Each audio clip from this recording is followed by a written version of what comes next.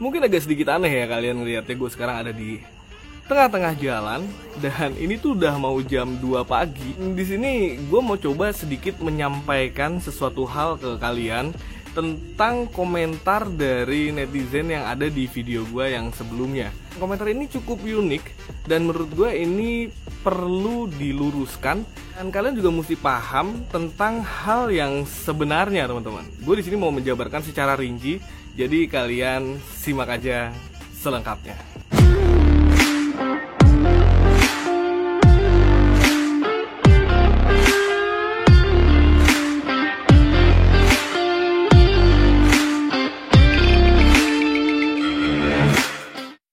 Komentar ini datangnya dari Beloved Doctor dan bunyi komentarnya, bukan orang lain ketolong sih, kan yang ngerjain kuli bangunan, uang donasi bahkan untuk sewa mes kalian dan makan. Satu doang yang kalian kerjain, ngonten, berharap banyak yang nonton dan hasil dari YouTube-nya, usi diri sendiri. Kerjalah, jangan modal ngemis terus. Emang yang ngasih donasi nggak kerja, mati-matian demi cari cuan, berharap banget kayak artis, tinggal ngonten dapat duit. Aduh. Oke, kita jabarkan pelan-pelan ya teman-teman, poin by poinnya. Biar apa? Biar kalian juga paham. Jadi di sini ada kalimat yang bukan orang lain yang ketolong sih. Dan kalau gue lihat secara realita yang terjadi di sini yang ketolong justru ada 3 kubu. Yang pertama adalah Herlin yang akhirnya bisa ditangani di Yayasan Pulih Jiwa. Yang kedua adalah bapaknya Herlin yang sekarang rumahnya sudah mulai dirapihkan, yang kondisinya sekarang kamar mandinya pun sudah hampir jadi. Dan sekarang hari Selasa nih, besok Rabu itu kemungkinan final dari kamar mandinya kemungkinan sudah bisa diselesaikan. Dan yang ketiga yang terbantu itu adalah kuli bangunan yang memang mengerjakan rumahnya Herlin, yang mungkin kemarin-kemarin kuli bangunan ini tidak ada job, tidak ada pekerjaan. Karena datangnya kita ke sini, kuli bangunan ini bisa mendapatkan pekerjaan. Ya, itu rezeki juga buat kuli bangunannya, cuy. Dan memang itu kenyataan yang terjadi di sini, teman-teman. Dan lagi di sini ada komentar yang berbunyi, uang donasi bahkan untuk sewa mes kalian dan makan. Ini yang mungkin harus kalian tahu ya. Di beberapa video gue yang sebelumnya itu gue selalu menjabarkan tentang keuangan masuk dan keuangan keluar. Dan di situ tidak pernah tertulis bahwa uang donasi kita gunakan untuk sewa mes dan makan. Jadi memang dari awal kami datang ke sini, mes ini atau base camp ini sudah disiapkan oleh Bang Ego Adriano yang memang mungkin dari koceknya pribadi, dan untuk makan sehari-hari itu Pak Wawan yang memang mensuplai atau menyiapkan logistik untuk Ayu masak sehari-hari.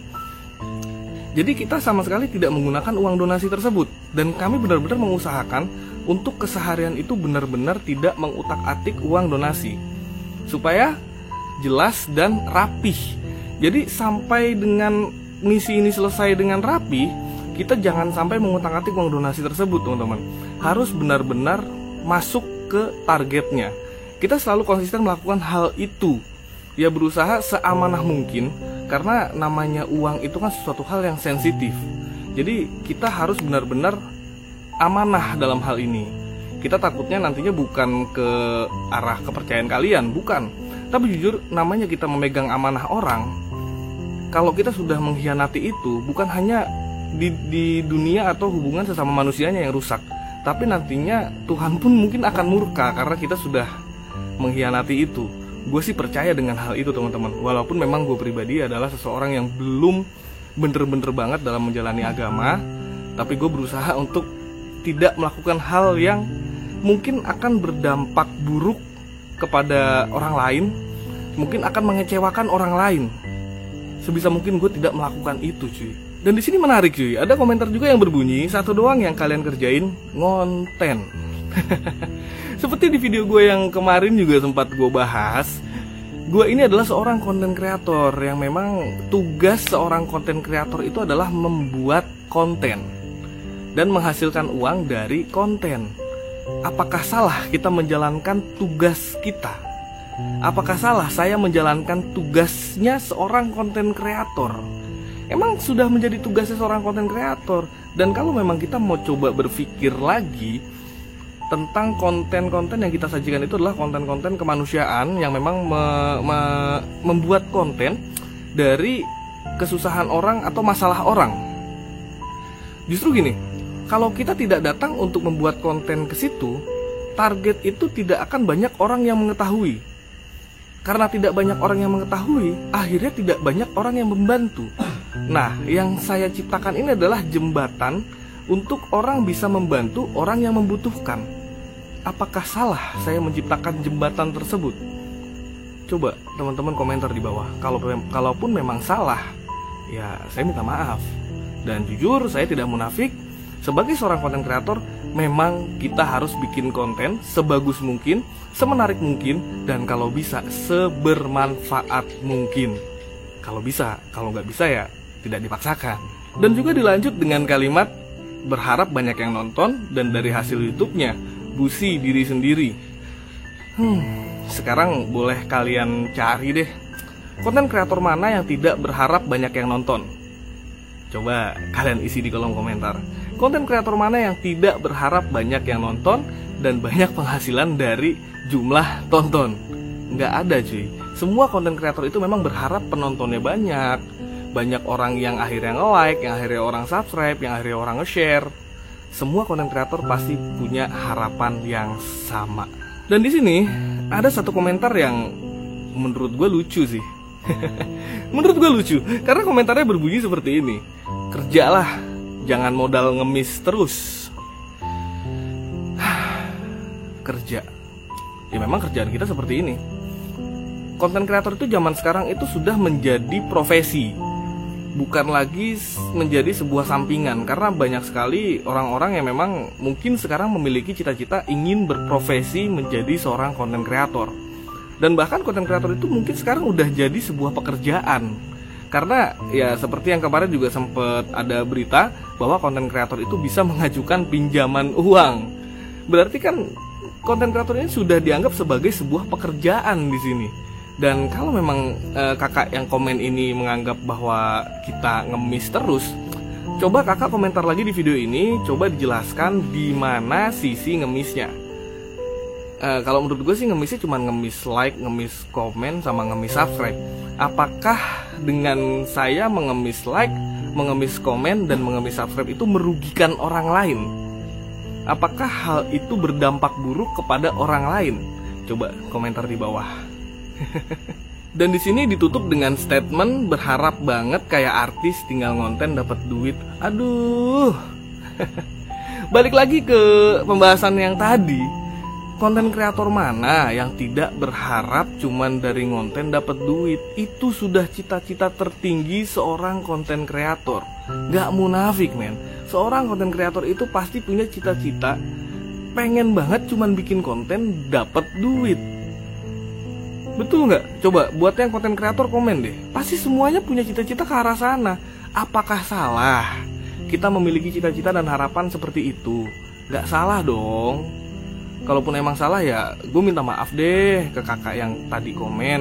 Dan jujur men, gue nggak kesel, nggak marah sama kakak yang tadi komentar. Justru malah gue terima kasih banget sama kakak yang tadi komentar. Jadi gue di situ bisa ada alasan untuk bisa menjelaskan kepada banyak penonton tentang hal-hal yang mungkin ini jadi kritikan mungkin ya.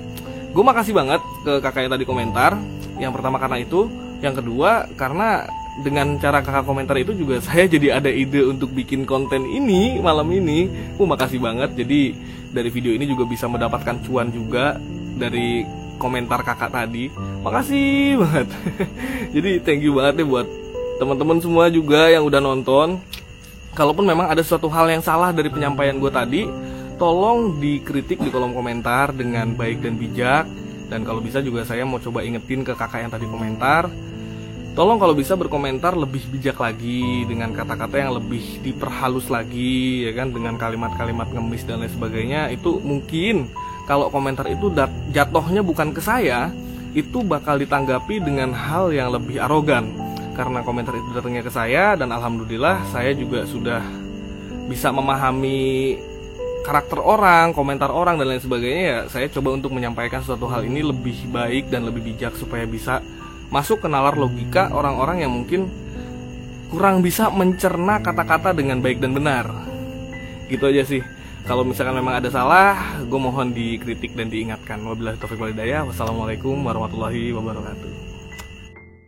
Dan sekarang kita kedatangan Charlie Lesi yang tadi baru aja ke universitas mana? Mewakili ini ya, aktivis sosial ya. Aktivis sosial, betul. Dan di situ mencoba untuk menyuarakan tentang aksi-aksi sosial. Yes. Gokil, Charlie Lesi ini bukan seorang sarjana, bahkan nggak pernah duduk di bangku kuliah ya. Enggak. Tapi sekolah langsung kerja. Iya. Tapi mampu berbicara dengan lantang di depan para dosen dan mahasiswa. Iya men, anjir. Gue bangga sama lu. Gokil sih tadi gue kaget. Iya. Anjir. Ada rektor, terus ada dosen di depan gue, samping gue dosen. Penonton yang datang, buset, mahasiswa semua, anjir gue bilang. Tapi respon mereka positif? Iya, mereka pada saat ngedengerin cerita gue, pengalaman gue, dan misi yang kita lakukan, itu antusias men, dan bener-bener ngedengerin gitu loh. Asik sih tadi, seru banget. Asik-asik. Iya. Mungkin nanti the next kita bisa datang ke beberapa event seperti itu. Amin. Yang mungkin bakal lebih besar lagi. Yoi. Amin cuy. Mudah-mudahan. Mudah-mudahan. Karena kita benar-benar menyuarakan tentang aksi-aksi sosial. Yes. Tapi jangan kesampingkan juga bahwa kita ini konten kreator. Iya sih. Seperti yang tadi gue juga sempat sampaikan ke teman-teman semua. Kita ini konten kreator, tugas kita bikin konten. Tapi kalau bisa buatlah konten yang bisa bermanfaat untuk orang lain. Ya. Gue punya tagline. Yes, apa tuh? Kita ini sebagai konten kreator harus menciptakan kreasi. Ya. Tapi kalau bisa kreasi yang menginspirasi. Yes, betul. Tadi juga pada saat gue penutupan di akhir, ada dari moderator bilang, coba dari para tamu atau pembicara sepatah dua patah kata gitu kan. Yaitu mereka dari masing-masing tuh bikin kata-kata yang tentang kaum marginal. Akhirnya gue bilang gini, pada saat bagian gue bilang, kaum marginal itu adalah anugerah atau misi yang udah didatangkan dari Tuhan. Tugas kita sebagai manusia membantu menyempurnakan itu supaya apa yang kita lakukan menjadi berkah yang sempurna buat kita semuanya. Gokil. Anjir, tepuk tangan semuanya lu. Wih, gokil. Anugerah itu atau misi itu harus kita selesaikan sebagai manusia. Iyalah. Itu pelengkap kita untuk nanti